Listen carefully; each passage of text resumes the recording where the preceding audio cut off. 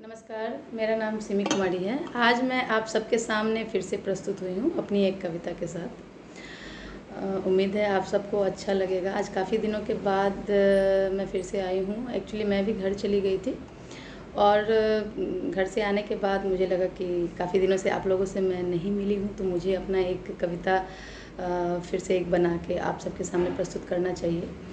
तो उसी बहाने आप लोगों से मुलाकात भी हो जाती है और आप लोगों से मैं अपनी बातें शेयर कर पाती हूँ, चाहे वो खुशी हो, गम हो, जो भी मन की बातें हैं वो कविता के माध्यम से निकलती हैं और वो मैं आप सबके साथ शेयर कर पाती हूँ।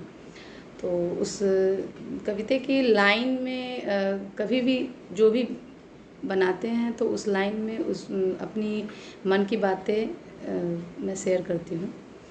तो आज भी मैंने जो कविता बनाया है वो कविता उम्मीद है आप सबको पसंद आएगा।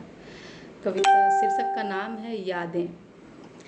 तो हम सब अपने परिवार से जुड़े हैं, अपने दोस्तों से जुड़े हैं, हर किसी से जुड़े हैं और जब भी उन सब से मिलते हैं, फिर वापस आते हैं या फिर कभी जाते हैं तो हमेशा वही हंसना बोलना, साथ में सबका एक साथ होना, सब कुछ बहुत अच्छा लगता है। और फिर जब हम लौट के आते हैं तो वो यादें हमारे साथ जुड़ी रहती हैं और जैसे फिर एक जब तक हम फिर दोबारा मिले ना तो उसी यादों के साथ हम फिर अपने आप में खोए रहते हैं और अपने सारे जो रोज़मर्रा के काम हैं या कई तरह के जो हमारा मतलब ऑफिस वर्क हो या कोई भी वर्क हो, जो जिस काम में जुड़ा है वो उस काम को उस यादों के साथ जुड़ के करता रहता है। और जब भी वो सामने अकेले कोई भी बैठते हैं तो अपनी यादों के साथ उसमें खो जाते हैं।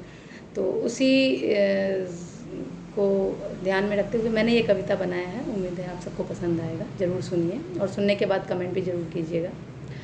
तो मैं सुनाना चाहूँगी। कितनी खूबसूरत होती हैं यादें, कितनी खूबसूरत होती हैं यादें, चेहरे पे एक मुस्कान दे जाती हैं यादें। लम्हा लम्हा होता है कितना अपना सा, लम्हा लम्हा होता है कितना अपना सा, अपनों की झलक दे जाती हैं यादें। हम खुश हो जाते हैं और खो भी जाते हैं, हम खुश हो जाते हैं और खो भी जाते हैं। वक्त कितना भी बीते पर हम ठहर ही जाते हैं, वक्त कितना भी बीते पर हम ठहर ही जाते हैं।